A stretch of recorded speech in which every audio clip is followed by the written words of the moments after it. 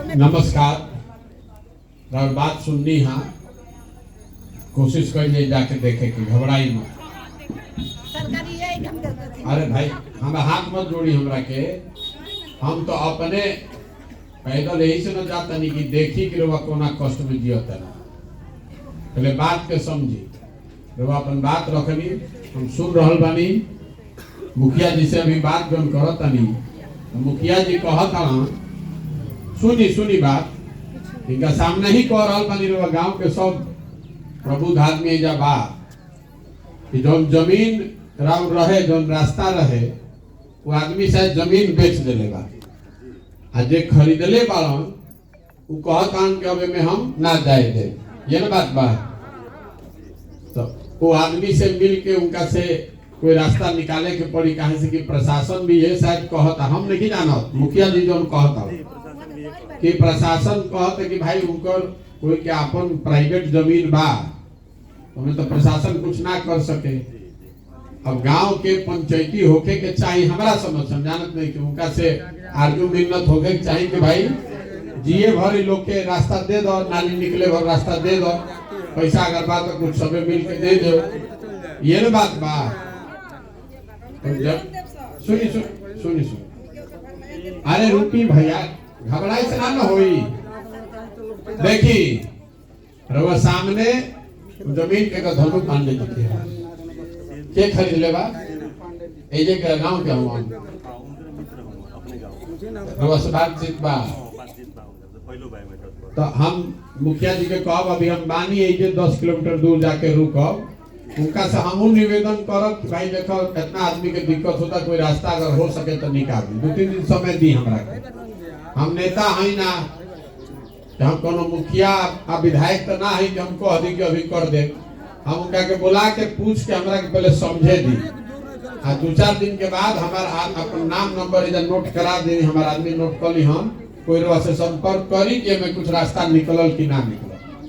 हम पैदल चलत नहीं, हम एगो गांव में गए रही पश्चिम चंपारण में बेल था, 800 आदमी पर FIR हो गई रहे। सब आदमी 8-5 महीना से गांव छोड़ के चल गए रहे नेपाल। सब नेता अलन गइलन, लेकिन ओकरा के गांव से हमने के शांति समिति बना के प्रशासन से समझौता करेनी जा कि सब 800 आदमी वापस आ गए। तो घबराए से ना होई, नरियाए से ना होई, धीरज रख के हमरा के 2 दिन समझे दी कि कैसे कर रास्ता कुछ निकल सकेला कि ना। देखिए हम जब पैदल चलता नहीं, काहे पैदल चलता नहीं, हम वोट मांगे तो आई नहीं की रोवा से, हमारा राव नाली गली बनवावे भी नहीं की आई। रोवा बात उठैनी हाँ, हमरा अगर क्षमता में शक्ति में होई तो हम प्रयास करो। हम पैदल दूसर बात से चल रहा है, पैदल इसलिए चल रहे हैं कि बिहार की जो दशा बा, रोवा आज तो गरीब भइनी ना, रोवा जब बच्चा हो कब लड़का हो कब तो वो गरीबे रही, और आजो गरीबे बानी। राव लड़का जो अभी पैदा भइल बा वो गरीबीए में पैदा भइल बा, और आगे 40-50 वर्ष के बाद वो गरीबे रही अगर स्थिति ना बदली तो पहले रोवा समझी। हम गावे गावे जाता नहीं काहे खाती, दल बनैले नहीं की, वोट मांगत नहीं की, तो लोग के क्या कहे जाता नहीं, आपन घर द्वार परिवार आराम छोड़ के सुबह से शाम तक हम पैदल काहे चलता नहीं, ताकि जाके पहले गावे गाँव रुआ की समझाई कि रुआ इतना गरीबी में बानी का। देखी गरीबी से निकले के बिहार बाद देश के सबसे गरीब, सबसे पिछड़ा, सबसे ज्यादा अशिक्षित, सबसे ज्यादा भूखमरी और बेरोजगारी बिहार में बा। काम तो रुआ रोज करते बानी, अपना शक्ति भर तो सबे काम करता। रुआ अलग अलग नेता के दल के वोट दे के सरकार भी बनेगी, तब वो सुधरत नहीं थे। कभी रुआ बैठ के सोचले बानी कि सुधरत काहे नहीं थे। रुआ से पूछो रुआ कहब कि नेता सब बदमाश वालन ठग वालन यही से नहीं थे सुधरत, ऐसा बात नहीं थी। देखिए बिहार में गरीबी इतना ऐसे बा कि गरीबी से निकले के 3 गो रास्ता बा। पहला रास्ता बा कि अगर घर में रुआ कोई पढ़ लिख जाई, नौकरी मिल जाओ तो और गरीबी खत्म हो सकेला। दूसरा रास्ता ई बा कि अगर रुआ बिजुन खेती करे खातिर जमीन होखे तो रुआ खेती करके गरीबी से निकल सकीला। आ तीसरा रास्ता बा कि जे पढ़लहू नहीं थे, जमीनो नहीं थे, लेकिन ओकरा बिजुन परिवार के पास अगर पैसा बा तो दुकान दौरी करके आदमी गरीबी से निकल सकेला, रोजी रोजगार व्यापार करके। ये तीने गो रास्ता बा गरीबी से निकले से। चाहे सड़क बन जाओ, नाली गली बन जाओ, कि रउआ के 5 किलो अनाज मिले लागो, ऐसे रउआ गरीबी से ना निकल सके। इतना तो बुझाता ना, जीवन भर भी रउआ के कोई अनाज देत रही 5 किलो, 1 किलो ओहू में चोरी होके 4 किलो मिलता, तो 4 किलो अनाज के बदले रउआ के अगर 10 किलो हर महीना मिले लागी तो उसे गरीबी ना दूर हुई। तो हम चलत आनी पैदल ये बतावे खातिर कि काहे दिक्कत बा। देखिए बिहार में शिक्षा के व्यवस्था पूरा तरीका से ध्वस्त हो गई। गरीब के लड़का जो ना स्कूल में पढ़े जाता, ओजा पढ़ाई नहीं के हो, ओजा हो पिलुआ वाला खिचड़ी खियावो तरसन आ लड़का घूम के वापस चलावो तरसन। तो जब राउर लड़का पढ़ते नहीं थे, जब राउर लड़का पढ़ते नहीं थे तो मजदूरे न बनी भाई, कलेक्टर तो बनी ना। दूसर बात ये जा खेती करे वाला आदमी बानो तो 100 में 60 आदमी के पास तो एक धूर जमीने नहीं थे। ये बात के समझी, बिहार में 100 में 60 आदमी के पास एको धूर जमीन नहीं थे। 40 आदमी जरा भी जमीन बा, ओकरा में 35 गो 36 गो आदमी ऐसा बाड़न जेकर जमीन 1 बीघा 1.5 बीघा से कम बा। तो खेती जौन करता आदमी वो खाए वाला खेती करता, कमाए वाला खेती नहीं के करता। मतलब वो उतने उपजा पावता कि ओकर बाल बच्चा परिवार खा ले, उसे कमाई कुछ नहीं के होके के। रवा गेहूं बोता नहीं तो में सरसों छीट देनी कि कुछ सरसों हो जाए तो घरे तेल ना खरीदे के पड़े। ऐसा नहीं थे कि रवा सरसों बेच के कुछ रुपया कमा ले। तो जमीन है ये नहीं थे, जेकरा बिजुन बा ओकरा बिजुन इतना छोटा जमीन बा तू कैसे अपन बाल बच्चा के पेट से भरता। हम ओकरा कहिला कि खाए वाला खेती करता, कमाए वाला खेती नहीं के कर।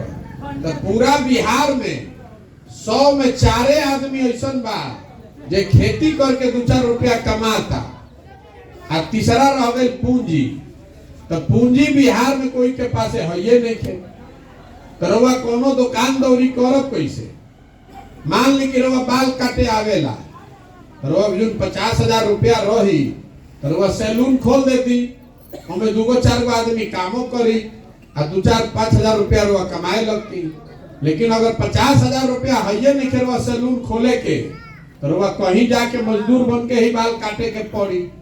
यही से बिहार में जो गरीबी है, गरीबी से निकलने का तीनों रास्ता बंद है। शिक्षा है नहीं, लोगों के पास जमीन है नहीं, आ पूंजी बाना। तो आखिर रवा गरीबी से निकलब कैसे? रवा जितना मेहनत करे के बाद कली, कतनो हाथ पांव मार ली, सरकार कतनो योजना लेके चलाओ, जब तक यहाँ के बच्चों के पढ़ने का अच्छा व्यवस्था नहीं होगा, जब तक जो भूमिहीन है उसको भूमि नहीं मिलेगा, आज रोजी रोजगार धंधा करे चाहता ओकरा के पूंजी ना दिहल जाई, तब तक बिहार के ना गरीबी दूर ना हो। तब रउआ ई समझी कि जे सरकार में बा वो तीनों काम काहे नहीं के कर। काम वे से नहीं के कर कि रउआ एक कोनो वैल्यूए नहीं के। देखिए इतना आदमी रउआ सब बानी जा, एक बात रउआ से पूछा तानी, सबके जवाब देवे के बाद शिक्षा व्यवस्था सुधरे के चाहिए ना, लड़कन के पढ़े के व्यवस्था ठीक होके के चाहिए ना। जोर से बोलिए, सुते से ना हो। अरे लड़कन के पढ़े के व्यवस्था होके के चाहिए ना। अरे जब पूछा था तो उतने बोली, ज्यादा मत बोली, माइक रख दे रही ना बोले के। जब पूछा था तो बोली लड़कन के पढ़े के व्यवस्था होके के चाहिए कि ना होके के चाहिए? होके के चाहिए। तो वही लड़कन के नाम पर ईमानदारी से अपना लड़कन के नाम पर कही, कभी जीवन में रउआ पढ़े खातिर वोट देले बानी? वोट देले बानी? तो देखिए अभी राउर पता चल गई रउआ काहे संकट में बानी। रउआ जानत तानी कि पढ़ाई लइकन के भइल जरूरी बा, लेकिन वोट अपना जीवन में कभी पढ़ाई खातिर नहीं की दे। रउआ बुझाता कि रउआ के नेता ठगता, हम कहता कि रउआ के नेता ठगते नहीं थे। रउआ जौन बो तौने न काटो। रउआ वोट देले बानी जात के नाम पर, तो जहां जाई उधर जात के बात होता। रउआ वोट देले बानी 5 किलो अनाज पर, तो रउआ के चोरी करके 4 किलो अनाज मिलते बा। रउआ वोट देले बानी राम मंदिर बनावे के नाम पर, तो राम मंदिर बनते बा अयोध्या में। रउआ वोट देले बानी भारत पाकिस्तान हिंदू मुसलमान पर, तो जहां रउआ जाते नहीं उधर हिंदू मुसलमान के बात होता।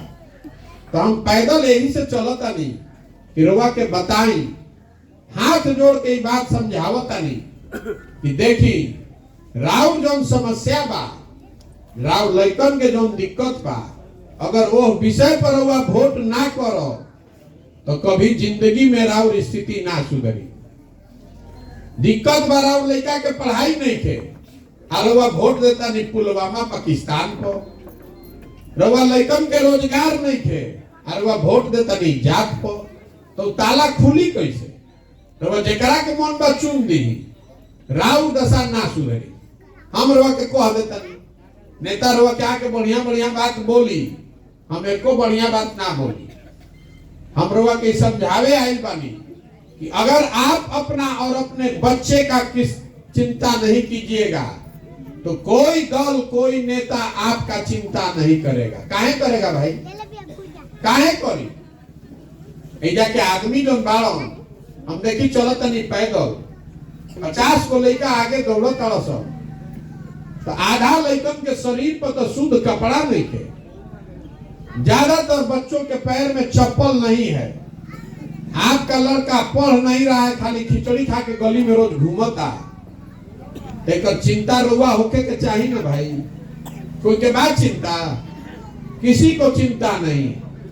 रउआ सोचता नहीं कि कोई आई एकरा के सुधार दी तो हमनी के सब अच्छा हो जाए, तो ये नहीं हो सकता, ये नहीं हो सकता है। कुछ आदमी कहता अभी खड़ा कहला हूं भाई साहब कि प्रशांत किशोर के हाथ मजबूत करी, ये सुधार सकते हैं। तो हम रुआ के बतावता नहीं, जे आवेला मंच पर ये कहेला कि हमरा के वोट दो हम सुधार दे। हम रुआ के कहे मानी कि रुआ हमरा के वोट देयो दे। अगर एगो प्रशांत किशोर के छोड़ी 10 गो प्रशांत किशोर आ गई हम, तो वो बिहार सुधरे वाला नहीं। जब रउआ सुधरे के तैयारे नहीं थी तो नेता कोई सुधार दी? कोई नहीं सुधार सकता है बिहार। यहाँ के जनता को सुधारना ही नहीं है। देखिए इतना आदमी रउआ बैठल मानी जा, कौनो ऐसा घर नहीं थे जहाँ जवान सवांग राव जाके बहरी मजदूरी नहीं के करता ना भाई। बिहार के घरे घर से लड़का 20 बरिस 22 बरिस के हो गई, तो जौना लड़का के रुआ पेट काट काट के पाल पोस के बड़ा कोई नहीं, वो 20 बरिस के हो गई 22 बरिस के हो गई, तो पीठ पर झोला बांध के ट्रेन में बस में जैसे जानवर को चा के जाता रसन, वैसे लड़का जाता रसन काम करे। जहां जाता काम करे वैसा छोट छोट कमरा में 4 आदमी 5 आदमी रहता है, 14 घंटा ओवर टाइम कर रहा है। काहे खाती कि 10,000 12,000 15,000 रुपया कमाई, पेट काटी तो घरे 6,000 8,000 रुपया भेजो तो हमार बाल बच्चा खाई। एजा रउआ से पूछो तनी कि चाची वोट काहे देनी हाँ, तो रउआ कहता नहीं क्या करी भैया, सब गौवा में देते रहे तो हमू दे देनी। अरे राव घर के सवांग अपन जवानी उजा बर्बाद करता, रउआ साल भर जरा मुंह देखे के नहीं के मिलत, और जौना दिन रउआ वोट देवे के होता वैसे ही वोट दे देता नहीं। और अगर ऐसे ही वोट दे दीजिएगा तो आप नहीं भोगिएगा तो हम भोगेंगे। यही बताने चले हैं, मीठा बात नहीं बोलने आए हैं। आपको गांधी जी ने, बाबा साहब अम्बेडकर ने राजा बनाने का अधिकार दिया है। जेकरा के रुआ बटन दबावो तनी वे न राजा बनता, लेकिन वोट के दिन रुआ सब बात भुला जाता। आपन लड़का के पढ़ाई नहीं खेलो कर, आपन घर के सामान जाके मजदूरी करता ही नहीं खेलो कर। वो दिन दरुआ लौकत जा, वो दिन लौकत दरुआ भारत पाकिस्तान पुलवामा पाकिस्तान चाइना जे आदमी हाथ देलस देने चलो चलो सब आदमी दो जा, सब जाके वोट दे देलस। तो रुआ बुर्बक रहा तो ठगाई ना रुआ। नेता कहाँ ठगता? नेता कोई नहीं ठग रहा है आपको। नेता ठगता तो एक बार न ठग ली कोई, रुआ तो 50 बारी से ठगाता। तो कुछ गलती रुआ में ना बा भैया। हम आई मानी अब क्या तो हम ठग ले रुआ के। जब रुआ अकेले नहीं थे, जब आपको अपना समझ ही नहीं है, तो जे आई हुए ठग ली। रुआ नाली के बात करो तनी रास्ता रुकल बा, बहुत रुआ संकट में बानी, सुधरे के चाहिए। मान ले कि काल ठीक हो जाई, राव लड़का उसे सुधर जाई, उसे रुआ गरीबी से निकल जाई, राव घर के समांगा के इधर नौकरी करे परिवार के संगे होली मना सकेला। तरुआ जड़ के छोड़ के पुनगी के पकड़ के लटकल बानी। अरे आपका वोट का कीमत नाली गली नहीं है। 5 किलो अनाज आपके वोट का कीमत नहीं है। 5 किलो अनाज कोई दे देलस, रुआ जाके वोट दे देनी, वो देश का मालिक बन गया 4 किलो अनाजे पर। राउर वोट के कीमत बा राउर लइकन के भविष्य। ये बात रुआ बुझाए के चाहिए न। यही खातिर पैदल चलतानी, गाँव गाँव जाके हाथ जोड़तानी आदमी के, अरे भाई आपन ना तो कम से कम आपन लइका के चेहरा देखो जा, ना देखो ना सुधरो, जाति धर्म 5 किलो अनाज नाली गली पर वोट देत रहो, तो जौना गरीबी बदहाली में रोवा जियतानी, इसी गरीबी बदहाली में आपका बच्चा भी जिएगा। लिख कर रखिए, कोई नहीं बिहार को सुधार पाएगा। रोवा अपना लड़का के चिंता ना करो, नेता के सुधारी। राव लड़का कुछ काम नहीं, आदमी जेकरे के बात कहो, कुर्ता पैजामा पहले जो लौट जाता, आदमी रोड पर धो लेता। ए भैया तनी राशन कार्ड दिवा दी, ए भैया तनी हमारा इंदिरा आवास में नाम जोड़वा दी। अरे आप भिखार हैं।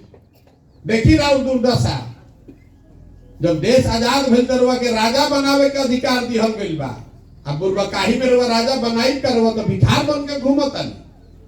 वोट देना सीखिएगा तो 5 वर्ष नेता आके आपके घर पर एड़ी रगड़ेगा, और ना तो वोट के दिन तो आके गोड़ पर गिर के वोटवा ले ली, अब 5 वर्ष राउर लड़का भिखार बन के घूमी। बात समझ ली रुआ। बुझाए तो बहुत अच्छा, और ना बुझाए तो ओकरो से अच्छा। हमरवा से वोट नहीं की मांगो, हमरवा के समझावे आइल बानी। अगर हमारा खाने के बात नहीं खे, हम मछली नहीं खी बाटो, हम मछली मारे सिखावतानी। एक बार वो वोट देवे सीख जाई तो कभी रवा जिंदगी में दिक्कत ना हो। रवा हमरा के बताई, इतना आदमी बैठल बानी जा कि रवा 4 किलो अनाज चाहिए या कि लड़कन के रोजगार चाहिए? बताई, बोली मुंह खोल के बोली, रोजगार चाहिए कि अनाज चाहिए? एक जो पूछा तानी तो बताई, गाना नहीं गावे के, रोजगार चाहिए कि 5 किलो अनाज चाहिए? रोजगार रही तो 5 किलो अनाज रोज ना खरीद ले, तो 4 किलो अनाज खातिर काहे वोट बेचता? 500 रुपया सुनी, जब मुखिया के चुनाव होता, कोई विधायक के चुनाव होता, तो 500 रुपया लेके रवा वोट दे दे। रवा मतलब एक आदमी के ना कोई दे दे, तो 500 रुपया लेके रवा वोट दे दे, तो मुखिया आके लूटी ना तक हरिश्वत बनी। वो तो पहले ही कहता कि हम चोरी कर, 500 रुपया रवा के दे लस, मुखिया बन गई, आ काल राव 1.5 लाख के इंदिरा आवास चल गई 500। तरवा गोल हम गोल पर रवा गिन कर लड़का सुनी, ना ना ना ना ना, अरे गलती बात मत करी। रवा गोल पर गिर के हमरा लड़का के गर्दन काटब, रवा मारब कि ओकरा के गोल पर गिर के आशीर्वाद दे? काहे चलो तो तब होगी, तब होगी। कोई गोल पर गिरी और राव लड़का के पेट पर लात मारी, तो ओकरा के आशीर्वाद दे कि ओकरा के लात से मार के भगाई? कोई नहीं खे जीतो रवा का अभी कहनी है राम मंदिर पर वोट हम दिले बनी ए ना ना इतना बुर्बक रहो नहीं की बेवकूफ बात मत बतियाई हम नेता ना है कि हमरा के दम मत दी कि हम वोट दे कि ना दे राम मंदिर पर वोट आप नहीं दिए हैं पुलवामा पर वोट आप नहीं दिए हैं पाकिस्तान ना हिंदू मुसलमान बन के तेरा लड़का के स्कूल कैसे बनी भाई वोट दे राम मंदिर के नाम पर स्कूल बनी ये बुझाए के चाहिए ना रुआ रवा लड़का के पढ़े अच्छा रवा वोट के बाद छोड़ दी इधर स्कूल में पढ़ाई नहीं हो कहीं गई नहीं है स्कूल में धरना को बैठे कि हमारे लड़का ना पढ़िए तो ना उठल जाई काल एगो नाच हो जाए जा काल एगो सिनेमा आ जाओ तो पूरा गांव टूट पड़ी आ लड़कन के पढ़ाई नहीं हो तो कोई के घरे से निकले के दम नहीं थे तो सुधारी कैसे रउआ जब अपन लड़का के चिंता नहीं थे तराव लड़का मजदूरे बनी चाची कलेक्टर ना बनी जे कलेक्टर बनत ओकर माई बाप लागल बा पढ़ावे खातिर हमार सुनी रउआ जितना गरीबी बानी न हमार बाबा बैलगाड़ी चलावत रहन बनिहारी करके हमार बाबूजी के पढ़ैलन कि हम बनिहारी करत नहीं हमार लड़का के पढ़ावो हमार बाबूजी पढ़लन तो डॉक्टर हो गेल हमार बाबूजी पढ़ के हमरा के पढ़ैले बालन तब ना हम खड़ा होके बोलत नहीं जब रउआ अपन लड़का के पढ़ावे के चिंता नहीं थे तो खाली बतियावे से होई कहानी सुनाई तो सुधरी नहीं सुधर सकता है संकल्प लीजिए अब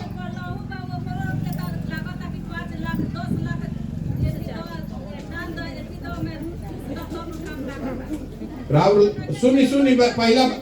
सुनी पहला बात तो राहुल लड़का पढ़ल लिखे डिग्री पढ़ाई ना हो बुझाता ना खाली कॉलेज में जाके नाम लिखवा लेनी और डिग्री बीए के लेके चल नहीं तो कुछ ना बुझाई घूमते भागना काहे को पढ़ल काम हो तो डिग्री ले ले बा पढ़ल वो